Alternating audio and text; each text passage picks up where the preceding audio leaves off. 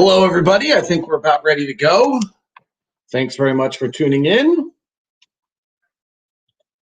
Let me just make sure that the appropriate tweets went out so that people know that we are live. Give everyone a chance to jump aboard if they want to. Thank you very much to Kelly Time and Newton for jumping aboard. All right, we got today's show is all about you. We've done all this free agency and draft stuff today. I want you guys to I really want you guys to jump in. All right, it looks like we're ready to go. Here it goes. Come down 3, 2, 1. It is Locked on Jazz for the 26th of September.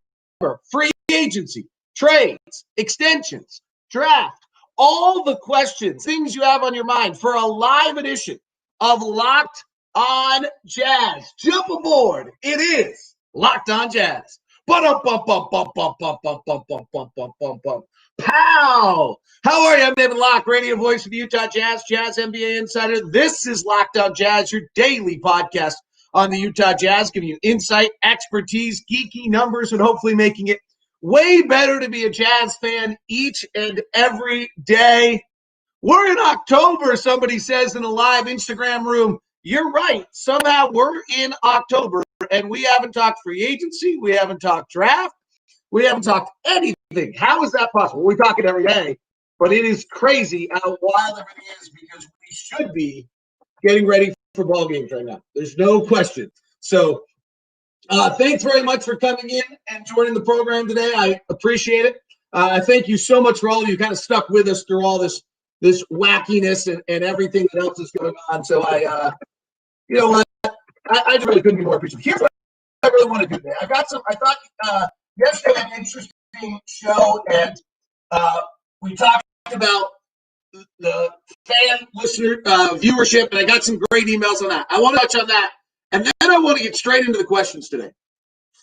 Extension questions, free agency questions, draft questions. That's what makes this engine run. That's what everyone loves the most. So let's do that today. So throw those into the chat room, whether you're watching live on YouTube, on Locked On Live, or Twitch on Locked On Live, or Periscope at Locked On Sports, or Instagram at DLocko9, bad branding by me. You have all these different places. Or Facebook at Locked On Sports and Locked On Live. Thank you very much for jumping aboard. I wanted to share some of the thoughts we got yesterday. Yesterday we talked about why TV viewership is down. My general premise was anybody who is played out of their regular schedule, whether it's a horse or a human, they just got killed. Just the natural biorhythms of a sports fan. If you were on at a different time, you just didn't get it. The second thing is I think people changed their viewing habits during the pandemic so that they're streaming more, watching other things. And if you notice, nighttime shows are being heard. New York Times pointed out that a lot of people played in irregular times. The other thing is that August is a much lower viewership than April, and so that hurt people. The New York Times pointed that out really well in an article. And I think then the other aspect of it is I think there's a new sports fan that's come into this world, which is one who's willing to follow their team, maybe watch Locked On Jazz, but might never sit for 2 hours to watch a game, or certainly isn't going to watch a World Series game like last night unless they really care about the Dodgers or the Rays, particularly when that game just ground to a halt like that. So that's my thoughts. We had some great comments on that. We're getting some great questions on Instagram, but I wanted to share. And I'm going to use initials. I don't know if these people really want their names read. JM pointed out he thinks that the lack of crowd has really taken away some of the connection that you're almost watching a video game in a different way. And so I think that's interesting in that the lack of crowd had an impact. HM, not the H&M, but HM, says he's a 24-year-old college perspective he's bringing. And he says his friends usually are streaming illegal games, and his 18-year-old older brother finds no entertainment in watching live sports, but he'll watch video streaming. So there's the generational question of whether the next generation is going to be sports fans. HR said that he thinks that in the most part, he thinks the politics of it is a bigger issue. There's some data that shows otherwise, actually. Whether, in theory, you claim that the white crowd has dropped. You claim that the Republican crowd has dropped.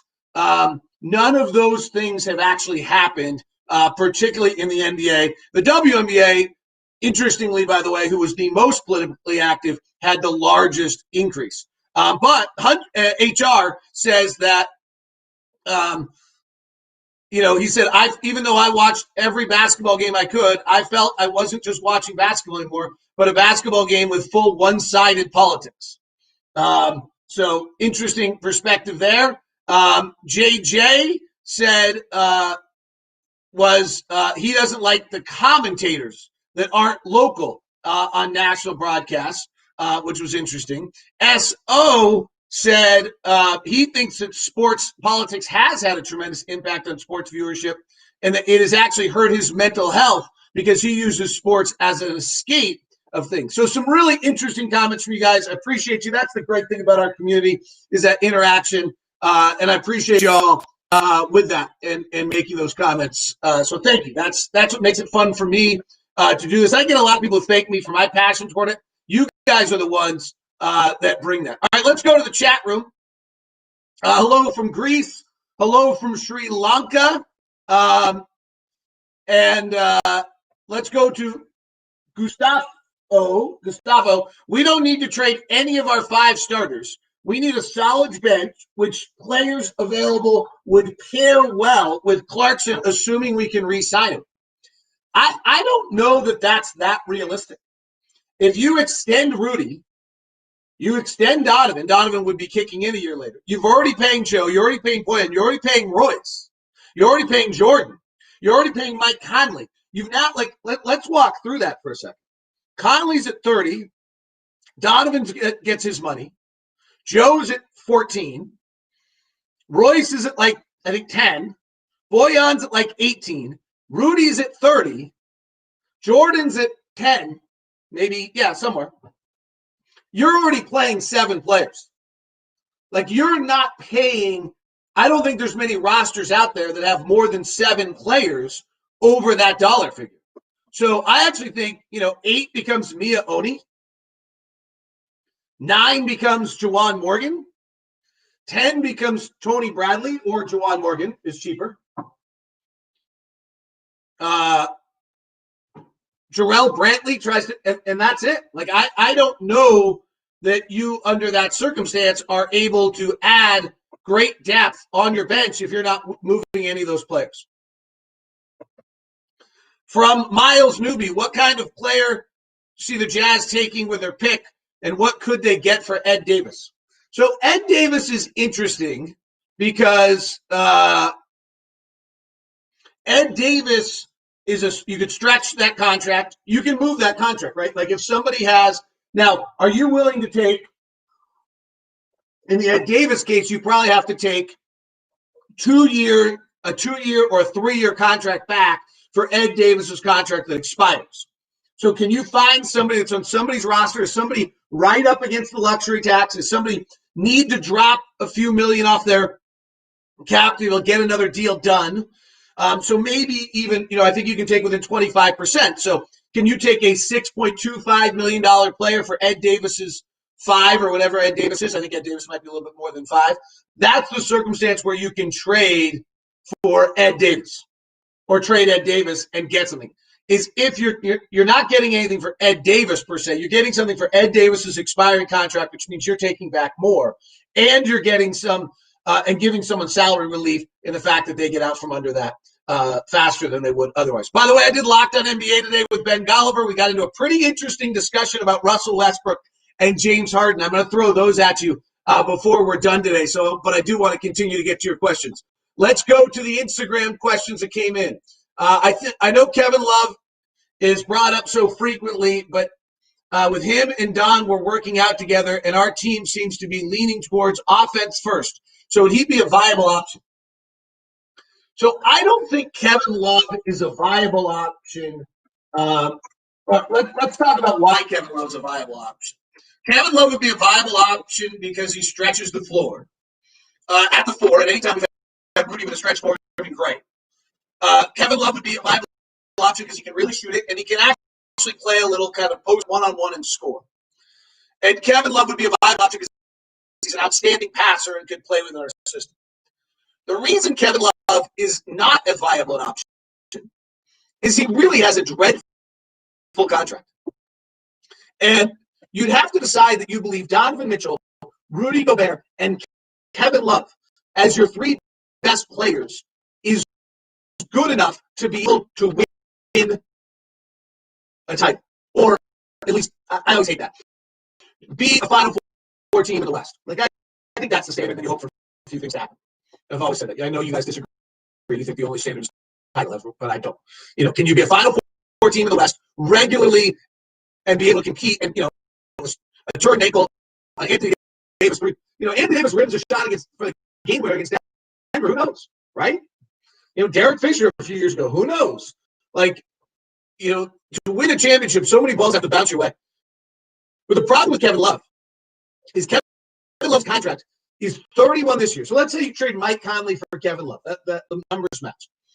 You're not only trading for Kevin Love this year, but you're taking Kevin Love's 31 in 2021 and 29 in 2022. So you decided that for the next 3 years moving forward, unless you think you can move it the final year of the contract, that Kevin Love, Bojan Bogdanovic, Rudy Gobert, and Donovan Mitchell as your four core pieces can get you in that Final Four West. Now, if you believe that, you might be. I don't know we defend anyone, even with Rudy, in that circumstance. But that would be the decision that you have to make in that thought. What are your thoughts about Derek Jones Jr. to the Jazz from the man Khalid? Now that, my friend, is a fan that is digging deep. We'll touch on that. Plus, I'll give you my James Harden and my Russell Westbrook questions, and I'm going to light up the chat room with that. I'll do that for the third segment because it will eliminate the chat room for the rest of the show. The minute I do that, we dug into it on Locked On NBA today. Today's show brought to you by Intercap Lending. I just smile when I think of Steve Carter and Intercap Lending, largely because of the incredible work that Steve did for me just recently. We just did a refinance.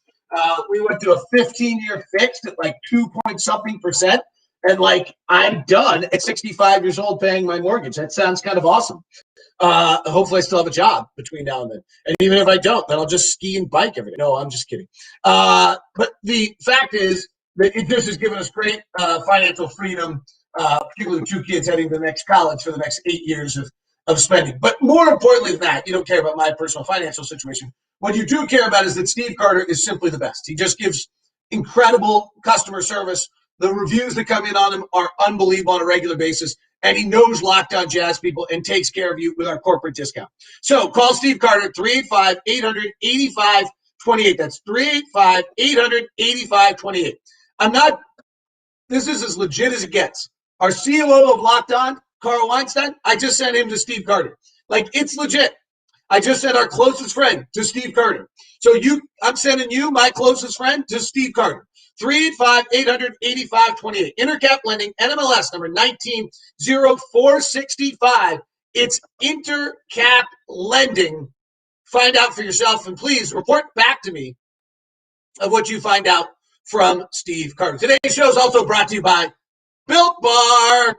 I should never sing. Built Bar, but it just brings happiness to my mouth when I think of Built Bar and the incredible taste of Built Bar and what Built Bar brings. With the most deliciousest, it's not a word, but they say it is, Built Bar protein bar out there with macros that are unbeatable. And with a promo code LOCKDOWN to get you 20% off. That's right. Go to Built Bar. You won't believe your mouth. BuiltBar.com, a Utah company that's exploding because they make the best tasting, healthiest protein bar in the world. It's BuiltBar.com. Promo code LOCKDOWN gets you 20% off. All right. Let's go to the questions and continue. Jump back over into our live stream and our live questions coming from Facebook and Twitch and YouTube, as we're live everywhere. Let's go to a wide-ranging question from Miles, from Michael Evans from Facebook. What do you think the Jazz need in terms of a player? Well, that gets to the next question of Derek Jones Jr. It's a really interesting question because Derek Jones Jr. is an elite athlete, slam dunk champion, jumps out of the gym, elite level athlete. And it feels like that's what we need, that we need some more elite athleticism on our roster, and that we're lacking a little bit of that. To me, that's kind of where I would go. Now, what's so interesting on this conversation every time you have it is that an elite athlete who can shoot is an all-star. So it's hard when you try to put those two together. So what you really want is you want an elite athlete that's adequate shooting. The other thing you want is an elite athlete that maybe can pass and dribble a little bit so that you can move them around and keep them active. Movement will maintain gravity on an elite athlete.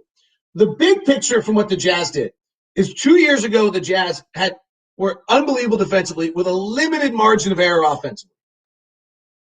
Now the Jazz this year were great offensively with a limited margin of error defensively. Is there any way we can maintain our offensive prowess while extending that defensive margin of error a little bit? That would be my answer on that. Interesting question on Instagram. Would you rather have Jay Crowder or Derek Favors back? I might rather have Jay Crowder back. All right, so if you have Derek Favors as your backup center, first of all, I think if you've already got $30 million into Rudy at center, I just have a hard time spending money on the center position. Okay, so that's my first one that we're talking about here that I think is relevant. The second thing that I would say in this conversation is Jay Crowder can play the 4 and Bojan slides to the 3. Jay Crowder can play the 3 and Bojan slides. Jay Crowder can play a lot of different ways. I still am kind of over that Derek's just a 5 at this point. Now, the great thing about Derek is that Derek would give you the luxury that if your center goes down, we're still okay. But I also am a little bit of the school of thought that if your $30 million player goes down, you're done. And that's just kind of the way you build rosters. You don't get a lot of chances where a $30 million player goes down and you're still good. Anthony Davis or LeBron James goes down, the Lakers probably don't win it. So I actually might go Jay Crowder because of more minutes played and more realm, even though I probably think Derek Favors is a better player. Back to the listening question. G-Dot says, for me, you hit it nail on the head. The biggest NBA fan just couldn't get myself to watch. Now, he doesn't really say why. Probably because it's different. Andy, one of our most loyal, says, is our best offseason plan to try to bring back most everyone back and make a run with Bogey. It feels like the West is more open with the Clippers and Houston sliding back. Well, I don't know if the Clippers have slid back. I mean, I think they're team turmoil right now, but I don't know they slid back. The Houston Rockets, Ben Golliver, on Locked On NBA today, says he doesn't think the Houston Rockets are a playoff team. He thinks they're the team that slip out of the playoffs. Who slips out of the playoffs? Because New Orleans under Van Gundy gets in, it would seem. They're good. They're loaded. And the Warriors get in. So 2 teams slip out. Who are they? Oklahoma City if they rebuild and trade Chris Paul. And who? Scary. Portland's going to be healthy and better. Is Houston that team? From Twitch, Houston NBA needs to fix league pass. Blackout makes it hard to watch games in your local market if you don't have cable or cable subscriptions are down. I think that's pretty fair. You know, they're also getting huge rights fees from the local the local companies, and so they're not interested in deciding to have you not be paying for your service. So you got to find a way to do that. Corey Duns, Cole Anthony or RJ Hampton at 23. I don't know. I haven't watched either of them yet. But I will put Cole Anthony probably as the next one I'll watch when he came back from injuries, Greg's son. I'll be curious to know what you think. If you're still listening, feel free to drop it in. Will Vivint Smart Home Arena have fans? Yes, that is the plan. The plan is to have fans in the arena, socially distanced, masked, safe, in a limited state the way we are, and that's when the NBA start. When does the NBA schedule come out? So the NBA said they give 8 weeks notice. Now, Christmas was the original date. Doesn't sound like you're hearing it anymore. In 3 days, when October 25th happens, and we don't have a Christmas announcement, then we're not starting on Christmas. So then the next benchmark day to listen for it would be November 18th, because Martin Luther King, I think, is January 18th, and that's being talked a lot about. So that would be 8 weeks out there. Now, that also happens to be draft day. So do we end up getting an announcement on draft day of when the season starts and when free agency starts? Be kind of cool. But that's been one of the things. You said yesterday ratings were down this postseason. Do you think this will change the idea of moving the season later in the year? I think there's a chance. It's a great question. Thank you for listening, because that means you've tuned into some of our conversations. That's a huge part of the idea of that you're going to move these things, the season back, is that you would do that. And I think that there is absolutely a real question that maybe there just is not enough fans watching television in August to push the season back and have the NBA Finals on. Will the Jazz simulcast games on TV and on radio? I hope not, or else I'm out of a job. So thank you for making me very nervous for the rest of this podcast as I start to consider that possibility, which the Orlando Magic have said they're doing. First of all, simulcast broadcasts suck. They're an absolute disservice to the audience, and they're terrible. TV simulcasts on radio are dreadful. Radio simulcasts on TV, which is what Hot Rod did, is actually not very good TV. So they're awful. So I would hope that they don't do it out of respect for the business. And I also hope they would not do it because I'd like a job. Paulo in Philippines, hello. Zach says, Dennis Lindsay said we need more defenders. What do you think of Andre Robertson on the mid? He really can defend. I don't know what his health situation is. And so I don't know if he once could really defend would be the answer. But on the min, that's the game you're playing on the min, is you're getting someone who's flawed for some reason. Question of what we need to do in order to sign Marc Gasol. I guess trade Rudy Gobert. But why would we want to do that? Like, we have the idea we're trading Rudy for the first pick. Hey, Bill and Zach, it's a great podcast, and stop it. Hey, I'm about to ask you whether you want to have Russell Westbrook or James Harden. So I'm gonna do the same thing. This is a great question. If teams are making 0.8 points per mid-range across the league, what are they making against the Jazz? And you know what the answer is going to be? I'm almost certain 0.8.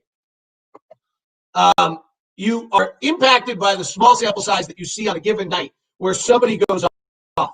Teams early in the year did hit an inordinately high amount of mid-range shots against us, but over the course of a season, that almost always equals out. So let me check it for you. I'm going to Cleaning the Glass, Ben Falk's site, which I strongly suggest as the answer on that. But I would guess, out of kind of the interest here, that even if we're like the worst in the league, so mid-range jumpers overall, the teams hit against Washington at the highest at 0.87 points per shot. Still not very good. The Utah Jazz were 20th in the league at 40.9%, 0.82. So, you know what? It equals out. It's the same thing with three-point shooting.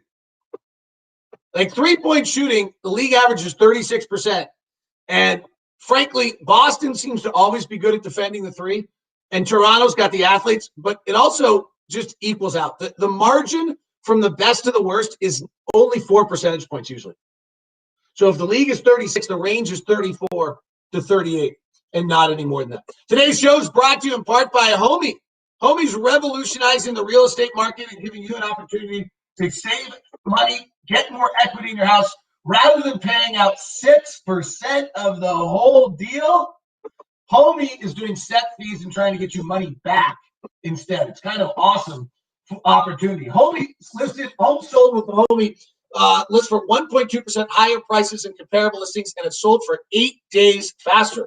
Really, what else do you need to know than that? Find out more from Homie by texting 88588. That's 88588, and text LOCK to 88588 to find out more. Have a Homie agent help you out. Find out they can get you $5,000 back or the set fee when you're selling your house. That's Homie. Text LOCK to 88588. Today's show is also brought to you by RockAuto.com. Go to RockAuto.com to get the best prices, reliably low prices, and the best selection on their old school, easy to navigate website. rather than going to the store and finding out that you're going to pay more as a do-it-yourselfer than a professional, finding out that they only have certain things for you. So go look it up. You got the Honda Odyssey 2005 to 2010. You're looking for a fuel pump, they've got it for you. And the big chain stores can be selling it for like $130 more. Reliably low prices. Same as professionals and do-it-yourselfers get the same prices. Go to rockauto.com, see all the parts available for your car or truck. Right, Locked On in the How Did You Hear About Us section. That's Locked On in the How Did You Hear About Us section. Amazing selection, reliably low prices, all the parts your car will ever need. rockauto.com.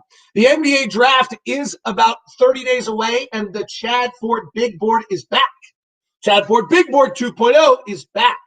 And with you here on the Locked On Podcast Network, so make sure you add that back to your subscription list and jump aboard. All right. Would you, chat room, light it up, I'm ready. Would you trade, dun, dun, dun, dun, dun, dun, dun, dun, dun, dun, dun, dun, Mike Conley for Russell Westbrook? Would you trade Mike Conley and his $30 million for Russell and 1 year of his $30 million contract for Russell Westbrook's contract, which is, it actually would have to be Mike Conley and Royce O'Neal, or Mike Conley and probably Joe Ingles? Somebody. So Mike Conley and Royce O'Neal for Russell Westbrook at $41 million this year, $44 in 2021, and $47 in 2022. Your team is now Russell Westbrook, Donovan Mitchell, Rudy Gobert. Zach, get you somewhere? Okay, chat rooms, let me know. Would you trade Mike Conley, probably, and Royce O'Neal for James Harden? 41, 44, 47 the next 3 years. Your team's now James Harden, Donovan Mitchell, and Rudy Gobert. Do you do either of those deals? Might have to put Ingles in those deals because his contract expires and they're restarting. Would you do it? It's kind of what we got into. See what the chat room's immediate reaction is. By the way, if you give me a yes or no, tell me Harden or Westbrook. Give me the answer on both those, Harden or Westbrook. Would you do it?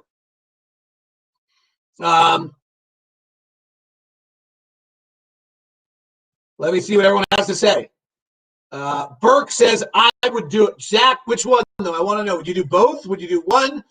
Make sure you clarify which. I'm getting yes. Harden, easy, says Zach Brady. Russell Westbrook, absolutely not.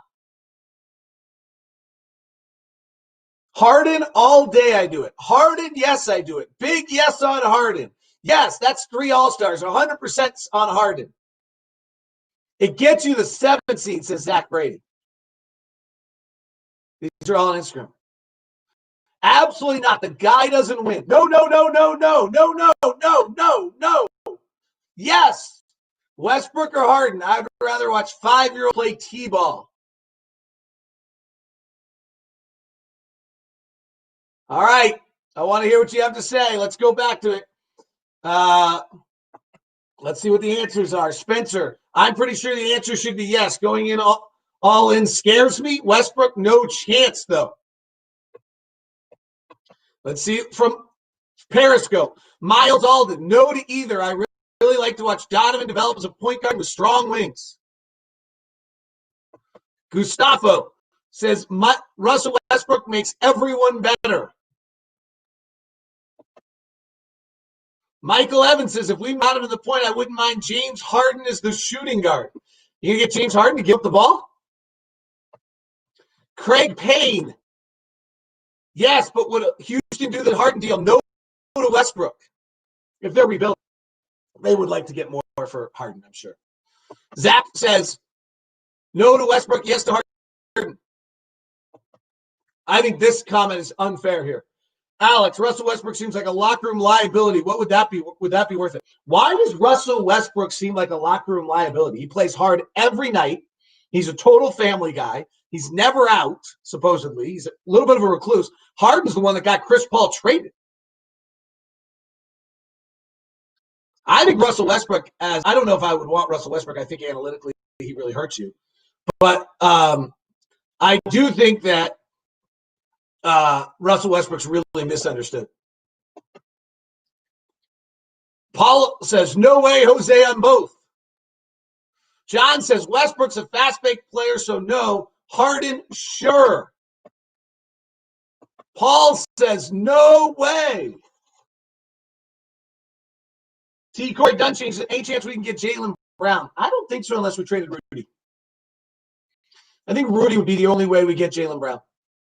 That suddenly the Boston gets that bona fide closer to their roster. All right, I got a few minutes. I only got a minute. I'm actually late from Jazz meeting.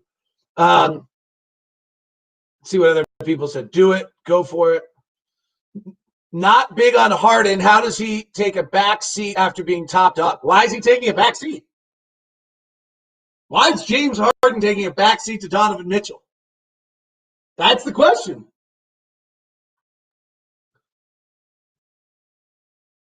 Somebody asked me, are you okay if your daughter marries Ted Bundy or Skeletor? Westbrook, hard pass. Bringing Westbrook to Utah would be, unique. Jazz Nation says 100% on Harden, 98% yes on Westbrook.